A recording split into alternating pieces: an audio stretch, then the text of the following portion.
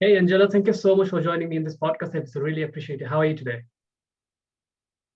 I'm great. Thank you so much for having me. I'm excited to talk. I love, being able to share stories and experiences and, hopefully provide something to someone who's maybe going through something similar. So happy I'm here. Thank you. Yeah, the pleasure is mine. Really appreciate your time today.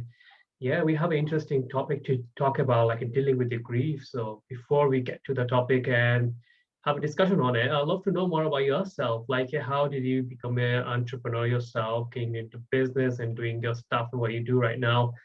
How did you come up with all of the ideas and in the business world? Yeah. Okay. So it's kind of a long-winded answer. So I'll try to be as brief as possible. But I founded Sweat Remix, which is a mindful wellness brand that remixes fitness and mindfulness and life coaching to help people Mhm. use movement as a way to release negative energy so they can get clarity, confidence, courage, direction, and start stepping forward into a life that really moves them. And I started that and conceptualized it like 2013, 14, and I didn't really know like what it was. I just like Yeah. knew that I had this cool fitness concept that I was toying around with. And when it came to fruition as an actual brand and something that I stepped full force into was after the passing of my father. So it was through my Okay. own grief journey where Yeah. I realized, like, we only get one of these things. And if we're not really living it to its fullest, what are we doing? So I think it was through Mhm. that grief journey where I really tapped into my own bravery, my survival skills, what was important to me, and stepped away from a lucrative teaching career where I had job security and stability and consistency to none of that as an entrepreneur. um, but it was okay because I really got clear with my value set and left like a decade long teaching career to move into something that I was moved by and felt connected to. So it wasn't about the money, it wasn't about the stability, it was about Yeah. living and feeling connected to my purpose. Yeah, that's great. And so many things I can relate with you. Like I lost both of my parents very early age 13. They both passed away. And Hmm. I was just turning 14 back then. So I know how to deal with losses and dealing with the grief. It's not easy things to do. You need a lot of courage for it. And you have to accept it, like what's happening to you yourself, like if the depression, anxiety, then moments of darkness you have to overcome. And also like I was a teacher like yourself. I was in the primary sector. I was teaching key stage two as a primary school teacher for a 6 month before I made the shift to like owning my own businesses.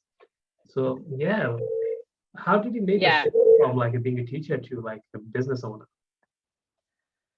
Well, I think when we're talking about, you know, I'm not sure what public school or teaching is like in other places in other countries, but Mhm. I will say in the States, it's draining, man. It's draining. There's a lot of expectations, there's Yeah, a lot of overworking, and just because I was a teacher doesn't mean that I fit in very well there. And I was a great teacher in a lot of ways, super creative, motivating. I was intense. But I also didn't fit in and do well like in a very rigid system. So I think there was a rub from the beginning of my career as a teacher. Like I just didn't know what to do. I graduated high school, I was 18. I literally wanted to get, now this was before like van life was a thing. I wanted to get like a bus, like a little VW bus and just like go cross country and explore, and I had deep wanderlust. But everyone around me was like, go to college. And I was like, I don't know what to do. I don't, what do you, okay, I guess I'll be a teacher. Cause that was like the closest thing that I was connected to in my life. And I don't really think it was right. So leaving the profession was challenging because I felt so indoctrinated into a system. I felt like, even just the semantics of what we would say, I am a teacher, like my beingness yeah, was connected to and absorbed into this profession. But I think at the end of the day, when I started asking better questions through grief, because I was so overwhelmed with life, like and feeling, and I'm like, what is happening? And I just started mhm, asking better questions about like, what am I doing? Who am I? What is this about? What does this feel like? Does this feel good? And I think it was an easier transition because I got connected to what really mattered to me, and what really mattered to me was not happening in teaching, in that really Right. rigid structure of like systemic education systems. You know what I'm saying? Like that wasn't it for me. I thrive in creativity. I thrive in spontaneity. I thrive in like deep, intense connection. And none of that was possible like where I was. Yeah, totally So agree. It's the same thing like here in UK, like when I was there, like the amount of work you have to do for the salary you was getting, the expectation you have, and certain things you can say or don't say. Like it's just overwhelming. I was just teaching at Key Stage 2, it's just basically children aged between 6 years old to 11 years old. And the amount of work you have to bring in after home, you have to mark them papers, you have to plan the next day, all of the creativity you need it to be, and everything should be unique than what happened yesterday. And it's not easy task to do. And after that, like you get very less appreciation from your deputy head teacher, teachers, yep. and lots of observation is going on every single day. Like they're coming and watch you over, like what you can say. And most importantly for me was you can't say what you want to say because Yeah. academically what you have to follow the curriculum rather than you can say what the life lesson is. So you're probably Mm-hmm. realizing like as a life coach, the life is more than that books is teaching us. There's so many things to 100%. it, like how you lost your dad and how dealing with the loss and anxiety and depression. You're not able to talk to them children about that. You're not able to share any of that. You just have to Yeah. be as a robot and just Exactly. Yep. following the book, right? Yeah, I think robot is a really good word because it's follow the curriculum, follow the rules. And I'm like, Yeah, but they're kids and this is life and life yeah, happens. Life just happens. Like, I mean, I was teaching high school. So if you could imagine young adults yeah. bringing what young adults in this day and age bring to, you know, their, or what they're dealing with in their life and what they're bringing to a space, is a lot, is a Mm, lot. And I think there are a lot more supports emotionally, socially, that need to be put in place, not just academics. Like I could teach you Shakespeare all day long, but if you're not comfortable in your skin and you don't feel safe when you're at home and you don't feel you know, and you're hungry, like there's so many things that are going on that I think aren't getting yeah, addressed because you're like, read the book, read the book, read the book. Well, there's other things that need to that in order for that to be mm, successful and sustainable. So yeah, I think, and so I think leaving the money and the stability was really hard and leaving that identity behind. But I think once I mm, got really crystal clear on what it was, those things no longer mattered. I didn't want to be a robot. I wanted to be free. I wanted to feel connected to what I was doing. And I sat down and was like, what do I want to do every day? And I made a list. And the things that I really wanted to do that made Angela the best Angela were not teaching. Like I couldn't be outside. I couldn't spend time with my dog. I couldn't work out whenever I wanted. I couldn't and you know, one of the things that I got clear was like I wanted to be around people who wanted to be around me. I wanted that reciprocity. I was tired and I loved my students and I think there were some like amazing kids, but as a whole, you know, nobody like kids aren't really pumped to be in your, yeah. you know, so I wanted more interactions that were reciprocal, you know. So I think when I got clear with that, leaving, I just remember like walking out of the class, like on the last day, I was just like a big like exit, like I wasn't crying, I wasn't upset, I was just like free, you know, I felt free, like I was stepping into something so fully aligned, you know. Yeah, so true. And you're doing the same thing, right? You're doing the teaching, Teaching, like coaching is like teaching is the same thing. but my way. Oh, yeah, I'm doing it my definitely. way. Yeah.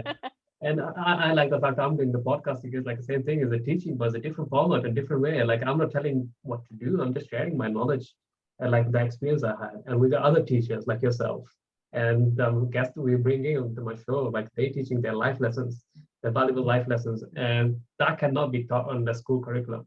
And the experiences you brought in and everything. The teachers like who are teaching their life, they may not live all of them obstacle that the child is going through in the family or in the house, and there are social services and involve so many things in fact.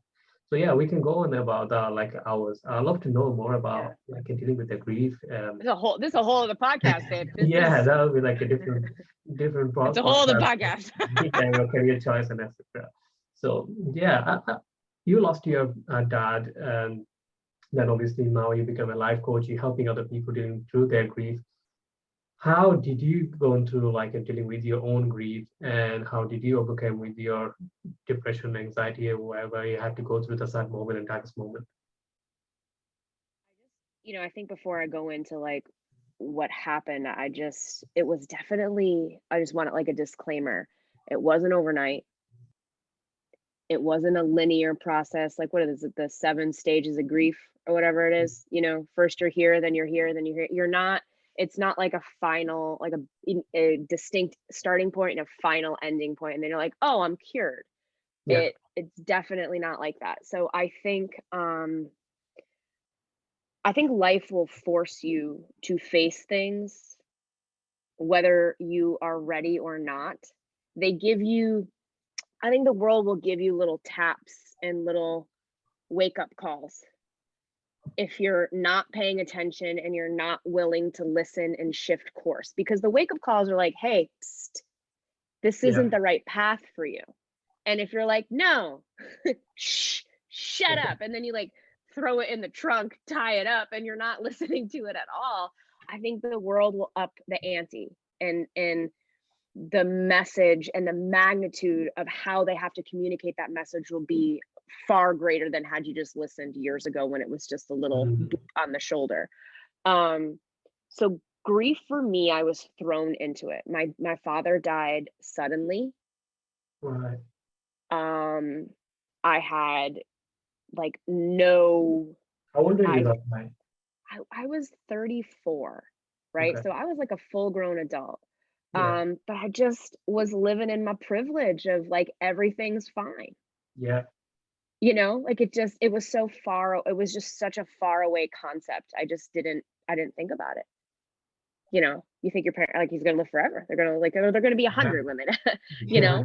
Um, and I think that sort of opened the floodgates because it was back to back to back losses for like 7 years Mm. of my father, grandparents before that, my father, friends, my dog who was like my soulmate.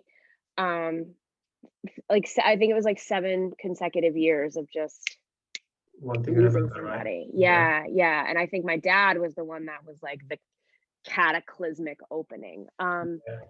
So when I was really thrown into that, I didn't have a lot of space in my life to feel what I was feeling, because grief is schizophrenic. Grief is everything. It's Yeah. all things and all emotions all the time, especially in the beginning, because you're just trying to, and you feel Accepting it, right? crazy. Yeah. You feel crazy. Just all of a sudden there's something happened and you don't know what's going on. And you Yeah. need to explain it. Is it a dream or is it just actually reality? It takes months to figuring out. Like you wake Yeah. up every morning and you realize, oh, my dad gone, or my mom gone, or like a Yeah. person you love the most. And Yeah. after like a 1 hour, then you realize this is not a dream. It just actually happened and you need to cope with it and you have to go with the day. Right. Yeah. Yeah. So it's madness. And I Yeah. think when in the first couple of months, I think I didn't really do well Mm. at all, you know? Um, 'Cause a month after my dad passed away, I lost a really close friend, like Oh, one of my closest friends yeah. at the time. And I don't even think I took a lot of time initially to process that, but I couldn't I had a really great support system of friends who would call me. Mm. "Angela, did you get in the shower?" And I'm like, "I don't know if I did today. I don't know." Mm. And they're like, "FaceTime me and, like, get in the shower." "Get in the shower. Yeah. I'm coming over." They would just come over, stay with me for a few days. It was like I was paralyzed. So it was like, "All right, Mhm. all right, girl, go take a shower. Here's food. Do you Yeah. want to go to bed now? Let's go to bed." Like I was paralyzed. I think the first couple months I had a really hard time putting one foot in front of the other. And I think I did go to work. I went back teaching. But I was autopilot. And some days I just wouldn't show up. I just wouldn't Mhm. show up. And it wasn't intentional. I just like couldn't Couldn't do it. Yeah. I couldn't do it. I couldn't get up. I could not get Yeah. out of bed. I could not, you know? Um, And I don't really know if there was a distinct turning point where I felt different. I think it just became normal. Yeah. You know, I think if we can equate that to anything, if you start running, you're like, "Oh, this sucks." 1 mile sucks. And then you do 2, and then you do 3, and then you're doing 10, and you're like, "Yo, that's easy. I can do 10. No problem. It's like a Yeah. light day." And I think it just got more normal, and I just got a little stronger at carrying it. Mhm. Um, because it didn't go away. I just built a little bit more grief resiliency muscles, I suppose, to It's be not able to gonna show go up. away. How can someone expect to go away? Because It the doesn't. person you love for your life and everything, like it's Yeah. normal to be like it's going to be with you forever until your last breath. And you're gonna Yeah. remember and you're gonna be upset sometime here and there. You're gonna miss their birthday, you're gonna miss like that moment if your dad took you a certain place or certain Absolutely. things you love doing and you're going to remember those and obviously going to make you cry and that's normal and the more we understand that then it'll be easier to grieve really really well and Yeah. it's going to be Yeah. less harder comparing to like if someone is totally ignoring their life why should Yep. be why Yep. happened why am I them question is not a good question to ask. Yeah, I think I think there's a shift that needs to happen, and I think it's Yeah. completely healthy to be like, "Why?" in the Mm, beginning, because I think it's helping you process, like, how you feel about it, and it's processing that anger, because it doesn't make any sense. Why? yeah. Huh, I don't know. What a and, like, people who now come to me, I'm sort of like that outcry witness when someone loses somebody close to them, and the first thing I say is like, "Man, that's just stupid. It's just stupid." Because it is. It's the dumbest thing. It makes no sense. It's foolish. Yeah. So, I I think acknowledging that it doesn't make any sense, and I think when you can shift out of, like a victim, like, this Mm, didn't happen to you, you know? It wasn't like a card or someone's like, "Your turn." It's just life, and life will continue to life, and life will continue to do what it does. Waves will crash, storms will happen, and it's never personal. It's never a personal attack on your life. It is here to guide you and to show you and to grow you. And yeah. I think when you can adopt that perspective of what is this here to teach me and to use it as a gift, I think that's when you get set free a little bit from a lot of the pain and the heaviness. Mm, When will that happen? In your own time. But yeah. just something to think about when it starts to feel overwhelmingly heavy and catastrophic and painful. Okay, why? What is this? What is this? Instead of why did this happen? I think why is this here is a more empowering question to ask yourself that can have and yield such a powerful answer to guide you forward into something more aligned, you know? Yeah, definitely. Totally agree with you on that. So in terms of like help and support, I know you mentioned your friends actually do video call to you and tell you to go have a shower and they used to come over and visit you. Other than your friends, like did you need any kind of support or guidance, like say coaching or consulting from someone? Yeah, I went to therapy.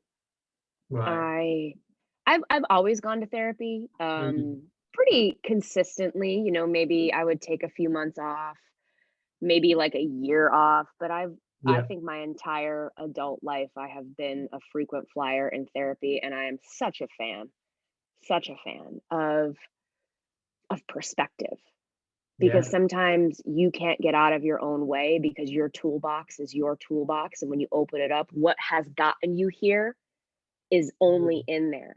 And speaking to someone who has clarity and a non-biased perspective about your life, about grief, about a situation is just giving you a perspective to add to your toolbox so that you can be like, huh, I didn't think of that before. That yeah. helps. So yeah, I went to therapy probably 3 months after my dad died. I was like, I gotta get help. I gotta get help. I'm not okay. Yeah, and I think as I became more comfortable carrying grief, and it became such a normal and integrated part of my life, being Mm, devastated and functional and joyful all at the same time. Like, don't get it twisted. It's not that I don't miss my dad. It's not that it doesn't wreck me. yeah. I've just gotten to manage it better along the spectrum of like feeling devastated, functional, and like Mm, loving my life. Like I've just been able to manage being in that spectrum. But yeah, so after therapy, like, I mean, I was still in therapy and I was like, I right. think I'm ready. And I had more loss, more things that were showing up. And I was like, okay, I I don't have enough tools. I don't have enough resources. So then I got deep into like somatic healing and life coaching. And I was like twice a week doing stuff on it like a deep, deep healing journey. Deep Right. healing journey. Yeah. Yeah. Yeah, So, that's great. Like a lot of people, they don't get the help. They yeah. think like they're going to solve themselves, and eventually they don't. And it actually affects them in the long run because they didn't grieve really well and didn't process it. And then next thing comes up, probably they lose someone else or something really bad happens, then it hits them really, really bad. And Right. then they're like a suicidal, they're on a depression and needed a really, really badly. So in terms of like you got the help, how someone can actually ask for the help. A lot of people have the kind of stigma on them, like they feel like they got it covered, but they actually don't. Yeah. I think that's tough, you know? I also understand that it can feel like weakness, like I don't have it together. But Mm, I think anybody, if you don't know who Brene Brown is, watch her TED Talk on vulnerability and shame. And that's just a great resource to do a little mindset shift and perspective shift, that vulnerability is your power. When you say, I don't have the answer, you now open yourself up for possibility. That's yeah, powerful stuff. That's so powerful. Saying I don't know and I need help finding the answer. Oh my God, now you've connected to an infinite world of possibility to find something out. So if I could share that, and that could be helpful going on the journey. But again, I think it's more about looking at not what you don't have, mm, and that's a failure, but the curiosity and the willingness to seek out something more for yourself is powerful. And it's a perspective. I think, and I think unfortunately, you know, depending on what system you're a part of, but sometimes healthcare can feel very pathologizing. We want to go to therapy and like line it up with the DSM book and like give it a diagnosis and whatever. If that's what I have to do so that my insurance will pay for it, yeah, fine. I don't care. Whatever, whatever. You know, I think knowing that there's nothing wrong with wanting more knowledge. There's mm, nothing wrong with me because the tools that were in my toolbox and the behaviors and patterns that I learned don't serve me. What's wrong with that? There's nothing wrong yeah, with that. There's nothing wrong with wanting more from that, you know? So I think it starts with a really distinct perspective shift around, this is what I need and I don't have what I need. And I'm stoked to go and find the answer and seek out whatever it is that I need, you know? yeah, definitely. Totally agree on that. You need the kind of help and just accepting it, what's happening to you, and just don't be shy to it. Because if you're Yeah. having a problem, same thing. Like if you're having like stomach pain or like a headache, you're going to Yep. go to like a doctor and physician, get some help because you know. Then why, when it comes down to mental health, why don't we actually be open up and say Right. like, hey, I need help because I can't be managed myself. I need someone to support me. And that Yeah. needs to be like normalized. That's why I'm so advocate in terms of like a life coaching and coaches and consulting. Yeah. Because when I'm dealing through my journey, like losing my both of my parents, like I was on antidepressant medication, sleeping pills, and everything. At the same time, one of my sister, my second sister, oldest, she's being my therapist. She's been ringing me every single day, telling me what to do, not to do, what am I Mhm. feeling, and everything till today. Like I share with her every single day and just needed the help and support. And that actually helped me go out of it. Otherwise, I'll be dependent on that medication, and that's not healthy enough. Right. Think about, I'm like 14 years old, anti-depression medication, sleeping pills, and if I carry Right. on for like years and years, they're actually gonna kill me. Right. So Yeah. yeah, accepting that is really, really important. Yeah. Yeah. And I think too, if you feel that you need medication, I think that can be a great buffer. I've been on Mhm. antidepressants as a temporary Yeah. buffer because when things get overwhelming, sometimes you just need to like quiet the seas a little bit so that you can start learning because it's hard to gather new information when you're very elevated and in a, like a trauma loop and in a pattern loop. So sometimes I think if that's a choice that you're curious about making, it can be a helpful temporary short-term solution to be Yeah. able to get the information you need, practice the information that you need, and elevate in that and become, more well versed in this new way of being and this new way of thinking with these new strategies so that, it's like with anything, you just practice it, Mm. you progress in it, and the more you practice, the less likely you might need that antidepressant. But I don't want to give anybody medical Yeah, we are advice. not doctors. Yeah. Yeah, I'm not a That's the doctor. medical help for that. Yeah. Yeah, and I think there can be power in seeking therapy and coaching at the same time. Yeah. I think therapy oftentimes is about an understanding of your past and going in and looking at like what happened when, how did that impact you when, and it's sort of like the lineage that's gotten you to this point, whereas I think Mm. coaching is like, okay, cool, some stuff happened, what are we doing about it? So I think coaching can give you more present day tools to apply now, but doing that in tandem with therapy Yeah. is when you start to understand how these patterns continue to show up and you're getting new tools to not repeat them in the future. So I think both harmoniously together are like the secret sauce. Yeah. That's great. So Angela, yeah, we are coming to the end of this podcast. It's been a Oh great no. having a conversation with you. It's nearly half an hour. So yeah, we're coming to the end of this podcast. Those who's listening, if anyone wants to reach out to you, learn more about your work, or need some help, where's the best place to find you? Yeah, you can find me on all socials. Like I just got on the TikTok, so I'm there too. So Okay. Instagram, TikTok, at Sweat Remix. And you can also find me online at sweatremix.com. And I offer weekly community chats called Badass Banter. And it's just a place for us to kind of congregate, share these emotions, share what we're experiencing with other people who are also on that journey, on that level up, and sort of Yeah. looking for more connection with it. So that's every Tuesday at 12:30 Eastern time. And I also offer like breakthrough sessions for people who, if you just need a little bit of perspective, right? Like, let's Yeah. sit down, let's talk, and we can give actionable steps that you can do immediately so that you can start to change even just 10% of your course, right?